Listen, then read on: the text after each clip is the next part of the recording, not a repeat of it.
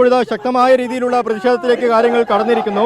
ഈ KSTP road സംസ്ഥാന പാത അത് ഉപരോധിച്ചുകൊണ്ട് കുറേ നേരമായി 15 മിനിറ്റിലധികമായി ആ റോഡ് ഇങ്ങനെ ഉപരോധിച്ചുകൊണ്ടിരിക്കുകയാണ്. യാത്രക്കാർ ഒന്നടങ്കം ഇവിടെ പെട്ടുകിടക്കുന്നുണ്ട്. ഈ റോഡിൽ കാസർഗോഡ് ഭാഗത്തേക്കും അതുപോലെ തന്നെ തിരിച്ച് നീലേശ്വരം ഭാഗത്തേക്കുമൊക്കെ ആളുകൾക്ക് പോവാൻ കഴിയാത്ത രീതിയിലാണ് ഈ റോഡ് ഉപരോധമുള്ളത്. ശക്തമായ പ്രതിഷേധത്തിലേക്ക് കാര്യങ്ങൾ കടന്നിരുന്നു.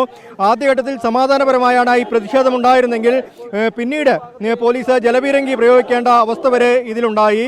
പോലീസ് സ്ഥാപിച്ച ബാരിക്കേഡ് ഉൾപ്പെടെ മറികടന്നുകൊണ്ട് പോലീസിനെ ആക്രമിക്കാനുള്ള ഒരു നീക്കം പ്രവർത്തകരുടെ ഭാഗത്ത് നിന്ന് ഉണ്ടായി. ഇപ്പോൾ ഈ റോഡ് അതിനുശേഷമാണ് ജലപീരങ്കി തുടർച്ചയായി പ്രയോഗിച്ചപ്പോഴാണ് പ്രവർത്തകർ അവിടെ നിന്ന് മാറി ഈ റോഡിലേക്ക് ഇറങ്ങിയത്. ഒരു ഭാഗത്തെ ഗതാഗതം പുനഃസ്ഥാപിച്ചിട്ടുണ്ട്. പക്ഷേ പ്രതിഷേധം ശക്തമാവുകയാണ്.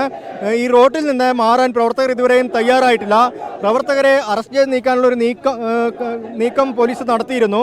പക്ഷേ ആദ്യഘട്ടത്തിൽ ഒരു സംഘർഷമുണ്ടായി, ഒരു ഉന്തുന്തള്ളമുണ്ടായി. അതിനുശേഷം പോലീസ് ഒരു സമവായ നീക്കത്തിലേക്ക് കടന്നിരിക്കുന്നു.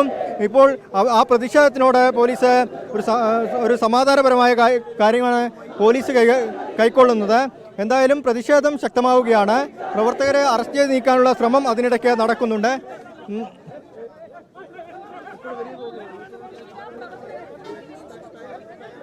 അതിനിടയ്ക്ക്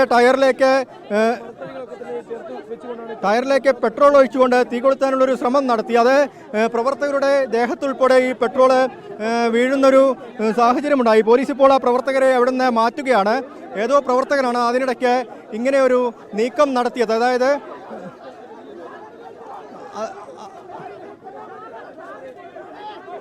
അതിനിടയ്ക്ക് ഒരു നീക്കം നടത്തിയത്. ഇപ്പോൾ പോലീസും പ്രവർത്തകരും തമ്മിലുള്ള ഒരു സംഘർഷമാണ്. ഇതാരാണ് കാഞ്ഞങ്ങാട് സാക്ഷ്യം വഹിക്കുന്നത്?